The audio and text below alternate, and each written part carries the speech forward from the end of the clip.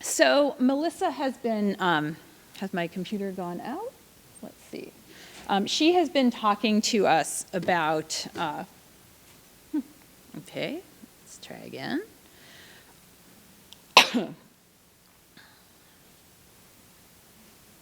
Okay. About time management technologies and how they emerge at different points in history.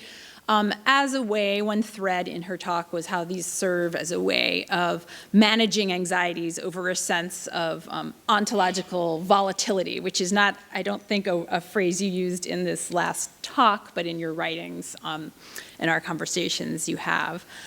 In my 2012 book that she mentioned, I talked about gambling technology as having a similar relationship to this kind of anxiety, but offering something quite different, namely a way not to master, but to escape, and even to liquidate things like clock time, money value, financialized sociality, and even a sense of self.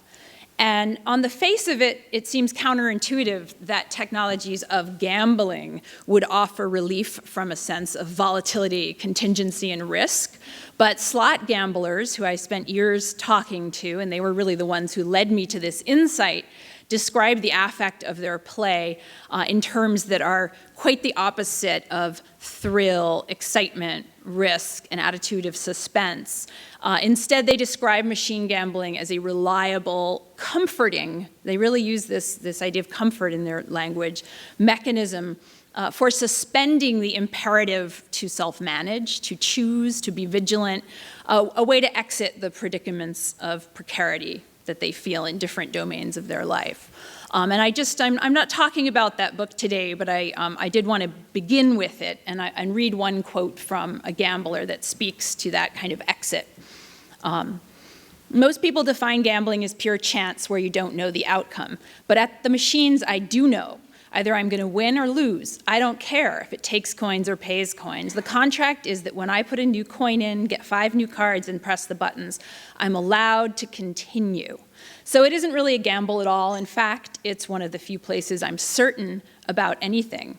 If I'd ever believed it was about chance, about variables that could make anything go in any given way at any time, I would have been scared to death to gamble. If you can't rely on the machine, you might as well be in the human world where you have no predictability either. So this digitally mediated tempo of slot machine gambling, it's in the book, but I'm not going into it today. It functions as a form of predictability that structures and regulates play and transforms risk into rhythm. So the speed, the repetition, the continuity ushers gamblers into this trance-like state that they call the machine zone. This was a sort of native term. And this describes a suspension of daily worries, a suspension of social demands, and even bodily awareness. It's a kind of bubble. Here's a bubble as depicted in an advertisement from a casino tracking technology, actually. But of course, the bubble of the zone is not free-floating, as it would seem to appear here. And in the book, I show how it's produced and maintained at scales ranging from architecture and interior design to ergonomic chairs, audio-visual elements, and then game algorithms and emerging player tracking techniques. And all these technologies and techniques really are working in the service of pulling gamblers into the zone and keeping them there by creating a low volatility, and this is actually technical jargon in the gambling industry, high hit frequency, low volatility, uninterrupted, smooth affect, so smoothing an architectural curve, smoothing a chair so as not to cut off arteries, smoothing an algorithm so that when you plot it on a graph, instead of looking spiky like the old slot machines, it goes gradually like this, and was described by one designer to me as math model that's like a comfortable couch you can recline on. So the point is to continue to harness technology, another quote, for continuous gaming productivity. This is the industry's, this is sort of the analog phrase for what the zone is. And it was too perfect not to mention in light of the last presentation. But here today, I want to continue where Melissa left off. You'll notice We knew we had been put on the right. If we had any doubt that it was great, Greg had paired us up, it was that we both took this picture, and I saw it in her slides. I said, I took this, I was going to send it to you. So this is it's a different picture than hers, it's from my phone. But instead of focusing on slot machines here as tools for affect management and a certain kind of productivity, I want to talk about another set of contemporary technologies that act on the face of it, and a lot like the time management apps she ended on, which seem to equip people to manage the anxieties and burdens of contemporary selfhood, not through escape, but through mastery, control, and empowerment. And these technologies, namely, are wearables, which move out of the office, and you could say into the wild of our everyday lives, tracking our bodies, our moods, our states, our movements. Just briefly, this has come up over the past couple days, so I don't need to say this, but wearable technology has increasingly captured the attention of venture capitalists, startups, established electronics companies, and mass market consumers. And we find the virtual and physical aisles of Best Buy, as you see here, abundantly stocked with these gadgets to record personal metrics. And this is not even, this is I think from last year, but you'll note that there's 143 gadgets just in the category of distance, tracking distance traveled. And at the end of 2014, Amazon opened a kind of a specialty shop for wearable tech, had approximately 800 products when it opens, most of them under fitness, wellness, sort of lifestyle targeted gadgets. And we've seen Apple, Samsung, Google, Microsoft, et cetera, introducing these health and fitness tracking systems. And by the close, and this is the last of my sort of little factual overlay, by the close of 2015, it's been calculated by a whole set of different consumer tech pundits, over 500 million people will be using these. So. Also, and I put this slide up because this is where I've conducted ethnographic research, ironically in the very same expo, Las Vegas Expo Center, where I spent 15 years attending the Global Gaming Expo, but there you have it.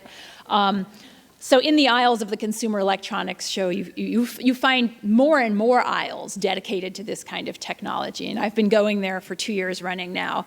And you can find things like heart rate detecting earbuds that will adjust musical output to keep wearers' heart rates at certain levels of calm and energy, body fat measuring bathroom scales, electronic skin patches to monitor blood flow, smart toothbrushes to help us brush correctly long enough, et cetera, and an impressive collection of wristbands. This is the booth for Fitbit that are packed with sensors logging footsteps, heart rate, sleep phases, and more. And this is an advertisement for Fitbit. And I actually am going to turn the sound off so I can talk over it. This is the undisputed leader, Fitbit, in wearable fitness, showing how tracking your daily decisions can add up to a healthier you. And here we see this woman playing with her kids in the backyard, and then you've seen these sort of crisp lines going inside to her office, where as she plays, she can trust the device to be monitoring, capturing everything, and synchronizing it. Here you see a guy who's faced with this decision, right? It feels like a huge decision, and he makes the right decision. He chooses walk instead of monorail, and he adds steps. Here you've got these sort of concentric radiating data circles off the feet of this runner, and then it ends on a sleeping woman, right? She's not even moving. An exposed arm is sort of revealing this gadget, which is going to help her to optimize, quote, even inactivity. And just on that note, I want to take you through a couple of these in the spirit of sort of attending to the materiality and design of these objects, these artifacts. So Fitbit's competitor Jawbone on its phone app, some of you may use this, has this idle alert, which also addresses inactivity, and it vibrates when you sit for too long. And some wearables focus entirely on stillness, tracking it, preventing it, or helping you, raising my shoulders back, maintain proper posture during stillness. There's a gadget called the Rise, which it's tiny, round, it sits in your pocket, and it just simply records how long you've been sitting. CES, Consumer Electronics Show 2014, saw the debut of Lumo Lift technology, and so it fastens on your bra strap or your lapel, and then it will record and correct, and that's an important movement, as you'll see by the end of my paper, the correction part. It will correct your posture with subtle or not so subtle vibration. So here you see, through your app, you can control when you're buzzed, how you're buzzed, even how intensely it buzzes. And it performs standard activity tracking too, but the primary purpose is to sort of regulate these stationary states, which are so critical to contemporary life. And just thinking about the kind of contexts of the corporate office worker, one of the ads I'm thinking of, a promotional video, it closes with an image from a corporate meeting in which the wearer sort of pauses and lifts her head and brings her shoulder back, and she's seemingly unprovoked, right? But we, the watchers, know that she's being buzzed, and like a little smile flits across her face, and the words say, small changes can be empowering. Okay, so stepping, sipping, sitting, standing, and then we come to eating. So here we have the Happy Fork, designed to measure and modulate eating. It's a smart utensil, and what it does is it monitors the number of fork servings per meal, the time between each servings, and if shorter than 10 seconds, the fork oscillates so that you know to slow down. And I'll just read and just. This is not in jest. Quote, you are advised to take about 10 to 20 chews. If you trigger the Happy Forks alarm, don't panic. Set the fork down at the side of the plate and wait until the light turns green again, signaling that it is safe to take another bite. So this, it turns something as routine as a single bite of food, like a really micro kind of action, into a matter of potential danger. And this is presented as something that can help you take control of your health. It also recommends keeping your smartphone. All the ads have people, in this era of trying to get people to put their phones in baskets and talk to each other at meals, the ads all have, keep your smartphone in your hand, in your other hand, in close view, because it's so important to stay in touch with your data in real time, that this should act as a biofeedback, so to speak. So as you feed yourself, the data is fed back to you. Here's the kind of data you can then examine, and this is the sort of thing that two separate screens, next fork serving in 6 seconds. Oops, too fast. Many journalists have mocked this product, and Stephen Colbert called it un-American because it was about an effort to slow consumption. Okay, so hydration, another mundane but vital action, is the focus of the H2O Pal. So it's a little scale on the bottom of your bottle, and it will keep track and sort of communicate with you through your phone about how much liquid you're consuming, and then alert you if you need to consume more. BlueFit, it's called passive hydration tracking, and it has these built-in sensors, and it will adjust daily goals based on temperature and humidity. And it gives feedback in the form of flashing lights rather than alerts through your phone. And here, so each one has a slightly different approach. Sometimes they're just versions of each other. Sometimes they're quite significant and have different premises about how people work. But here's one that changes color from red to yellow to green to signal your proximity to your preset hydration goal. And so these devices, as with the others we've been looking at, and this is something I'm leading up to, they really transfer the burden of vigilance, and even to a degree, behavior change from selves to sensors and computational algorithms.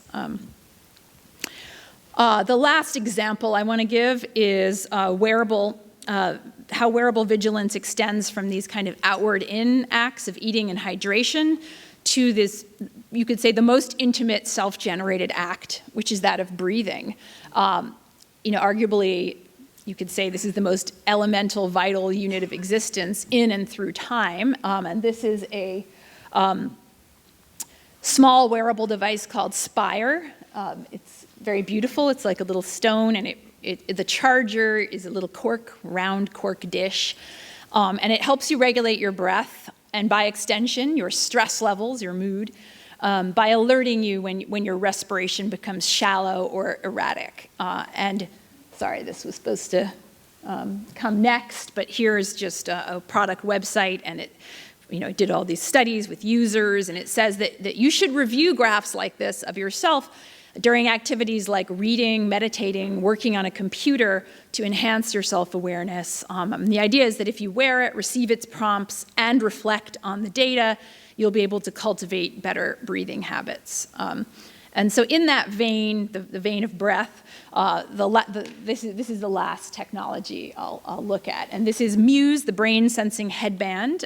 This is also concerned with entraining new patterns of breath and focus. It's a 7-sensor mobile EEG headset, and it's meant to give you a window into, and over time, the idea is a handle on the intimate signals of your brain data through this real-time audio feedback and dynamic on-screen visualizations. So see and hear your brain activity, test how well you can manage stress, learn how to calm your busy mind. So it gives a kind of cyborgian twist to centuries of analog meditation devices, visual mandalas, acoustic chants, this kind of thing.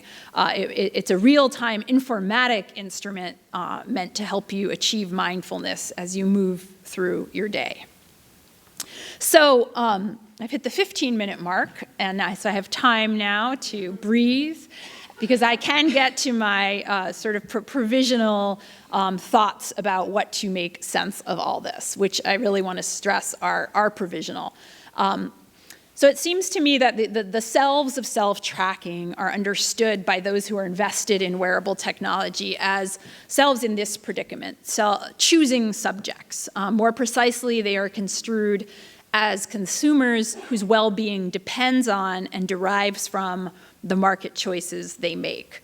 And the market is seen really as a landscape of toxic temptation, one you must participate in, but you need to arm yourself to do so healthily. And choice making has been identified by a whole set of scholars in diverse disciplines as being this distinctly valued, fraught domains of life in advanced liberal societies. We're encouraged to shape our lives through choice in the manner of savvy, ever-vigilant entrepreneurs, the story is. And yet more often than not, we do so lacking the knowledge, the foresight, or the resources to navigate the abundance of choices that we face. And really, the wearable tech industry is banking on that double insecurity. The consumers they imagine are unsure whether to trust their own senses, desires, and intuitions as they're making these incredibly mundane yet vital choices. When and where and what to eat, to drink, how much to move or rest. They're flying blind. People are flying blind through their daily routines. And I hate this image, but there it is. Wearables promise to help fill in the blind spot. This image just appears in so many. You can kind of track its life through journalists and academics' work on big data, et cetera. So it helps to fill in the blind spots and take the guesswork out of everyday living by really supplementing the myopic vantage of real-time experience. So it's a kind of prosthetic for the phenomenologically embedded subject. It supplements the myopic vantage of such a subject with this continuous informatic mode of perception. And I formerly under here in a previous iteration of this had called this a big data gaze, and that's kind of fun. I like the phrase, but I've let go of it because I think that actually vision is, I'm not ready to commit to vision here. I think there's perhaps we're getting too caught in a focus on the eye and on surveillance and on certain technologies and associations that come with vision. Unlike the clinical gaze that Foucault described, which focused on the sights, the sounds, the smells of acutely ill bodies, what I want to suggest here is that sensor technology and big data analytics are attending to the digital exhaust of well bodies. And this is sort of informational bits whose cumulative diagnostic value could never be detected by the eyes of a doctor in real time. And it's a mode of apprehending and assessing the subject that happens remotely from the time and space of the body. And it's not really through vision. And it's happening in the cloud, not the examination room. I mean, I don't want to belabor this distinction, but just like what if this is some sort of gaze, or maybe a sense, how is it different? So it's an epistemology, perhaps, that concerns itself with time series data rather than immediate experience, with correlation rather than causation, and with patterns rather than events. And the idea is when these patterns are rendered into humanly digestible ratings, scores, and visualizations, and this is a suggestion of Verizon Healthcare Management Markets executives, you can build, you can sort of enhance your self-awareness. Build a profile or picture of what you're doing that lets you see and understand the choices you've been making on a daily basis, which is really who you are, the choices you make all day long, whether to take the stairs or the elevator, the metro or walk, what you will eat or not eat. And he stresses the importance of remaining in constant touch with this data profile. There's individualization, and then there's kind of reassembling into this profile that you check in with. The important thing is to grasp how your choices are impacting you, how the gauges are moving as you make choices. And so he suggests that what personal sensor technology is a kind of sixth sense. This is traditionally a phrase to describe kind of uncanny insights that are coming from some ethereal extrasensory domain, but here it connotes the discernment of otherwise imperceptible effects of habit that are coming from electromechanical sensors first, and then through data processing software. There's a science and technology pundit, Melanie Swan, who has a big voice in the kind of big data conversation, and she uses a similar metaphor to describe this supplement to self-understanding. She suggests that the transposition of big data epistemologies to the scale of the individual affords a quote, sort of fourth-person perspective on the self, and ultimately a new kind of truth. A truth that is not possible, she says, with ordinary senses, in that it doesn't correspond to a phenomenological self. It is not temporally, spatially located, but to a database self whose truth lies in scattered points, associations, and dynamic accretions. So we're invited to view ourselves as longitudinal databases constantly accruing new content. You are your data is the frequent refrain. And some worry that this rhetoric of self as database opens a problematic gap between the you of this data set and the epistemologies by which that data set is amassed, studied, made meaningful. Researchers like Anna Vizeo and Lucy Suchman have said that this discourse of wearable computing presents itself as the only way to bridge this, quote, epistemological lacuna that divides the modern body and the knowing and acting self, and the sole means of bringing physiological fact into the grasp of the experiencing subject. And they see a problem with that. Others don't. The electronics company Samsung is quite cheerful about it and said, what if you could ask your body questions and listen to the answers every minute of the day? You could adjust your habits according to your body's advice. Imagine the insights gained, the mysteries unlocked. It would change your life.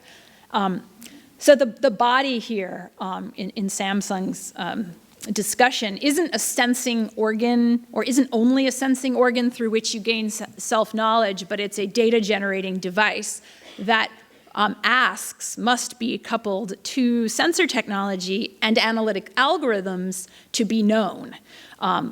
And here's a quote from Suchman and Vizeo. This is a body that is continually emitting signs, albeit in forms inaccessible to the self that might act to maintain it. So whether or not technology serves to empower or disempower this knowing and acting self that some hold up and others are less convinced we should hold up, it is a point of debate among tracking enthusiasts. There's an emerging group of designers that feel tracking technology could actually do even more than give people self-knowledge and perspective on choices, but that it could help guide those choices in the fashion of a thermostat, and that's a quote. And the idea is we have dashboards for all these other things and cars and aspects of our lives and our financial websites, et cetera. We need dashboards for our body. Why not? And such dashboards would not only track us, they would keep us on track. They would interrupt the flow of our experience, not just gather data on us, but prompt us, as some of these things do, to eat, to drink, to meditate, to breathe, to rest. Even in the case of, does anyone know the app RunPee? So this is intended for moviegoers, computer users. It tells you, get up and go urinate. Which is really infantilizing and kind of brings to the fore this sort of advanced cattle prod-like nature of some of this. So this is presented as a way to embrace the project of self-enterprise without undertaking the tedious, nebulous, and anxiety-provoking work of lifestyle management. Wearables offer themselves to consumers as kind of digital compasses for modern living that inform these small daily decisions that can add up to big results in ways you just can't see because you're human. Here's a quote from someone in the industry. We're on the brink of really exciting things. Devices that monitor things and then give you actionable updates before you even need to ask. And she really welcomes the opportunity. She said, I don't want to track. I want it to be done for me, she goes on. She really welcomes this opportunity to outsource the labor of self-regulation. She says, insert a chip in my mouth, have it record the calories for me, please. And the customers that device makers imagine, and I'm not talking about actual customers, I have a rich sort of ethnographic corpus, so to speak, on that I'm still making sense of. I'm really talking about the sort of the promise and the vision here. And the customers that are imagined by device makers do resemble Zeliger. They instead of aspiring to autonomy, they wish to outsource the labor of self-regulation to personal sensor technology. And here you see the mother, which almost too nicely captures this externalization, this de-responsibilization. It says whatever you need, whenever you need. It's kind of the all-knowing mother who will intercede to quench your thirst before you knew you were thirsty, maybe. And what it is, just to explain, there's this main station, but then there's many little tablets that you can carry with you or affix to your pill bottle, and then it'll tell you on your phone you forgot to take that medication, you haven't had enough water, et cetera. So scholars have, in different disciplines again, have argued that the contemporary world is characterized by a, quote, regime of anticipation, a stance of alertness, self-vigilance, that this is the normative affective state we're being entrained into, asked to inhabit. But Zeliger's words and tracking technologies like Mother suggest to me, or open the question, that consumers of wearables are quite desperately looking for ways to relieve themselves of the work of anticipation, or at least to give off to share some of the burden. And that wish, of course, I can't help thinking of cruel optimism here. But although it's evident, just to wrap up this analytic point, that I think clearly digital health technologies are a sign of the increasing withdrawal of the welfare state from citizens' lives. Yes, they are a symptom of this neoliberal present, But it's not totally evident to me that they are tools for responsibilization and that they equip us to take care of our own self-interest and welfare exactly in that way. They would seem to position us as desiring not to be in charge and as presenting a solution to that desire, offering us, rather than demanding and expecting of us, rationality and empowerment, precisely where we lack it. So the subject of wearable tracking technology maybe isn't the active choosing self that Nicholas Rose and others have described, but rather a passive choosing self who wants to employ devices to actively help her. So you can imagine a kind of future iteration of the Fitbit advertisement in which the protagonist who gives herself over to carefree backyard play will not only trust her suite of devices and software to remotely track her, but to keep her on track. And this is sort of maybe signaling why my title is and remains keeping track. That's sort of what I mean by it. Interrupting the flow of her experience in the backyard, perhaps to prompt her when an algorithmic analysis of her own real-time data deems it necessary to eat or drink or pee or rest. So I'm going to end on this image and leave things a little bit open because my own thinking around it is still forming. I just want to kind of put that out there, that perhaps this injunction to self-manage through tracking and nudging technology is not a purely autonomizing formula, but falls somewhere between enterprise and submission, responsibility and discipline, empowerment and dependence. We could say that it's constituted by these tensions. And by way of ending, I want to tie it back to the texture of Melissa's talk. I think very often when I go to these consumer electronics show, the digital health panels, and even in the advertising around wearables, you often hear, be the CEO, be your own CEO. So there is that, but yes, let's stop and think more about who and what that CEO is, lest we too readily slot this phenomenon into kind of prefab analyses of neoliberal subjectivity, because this is not exactly a masterful CEO, but one who's more like the worker Melissa describes, a little desperate, maybe addicted, and in need of immunological devices. So I'll end there. Thank you.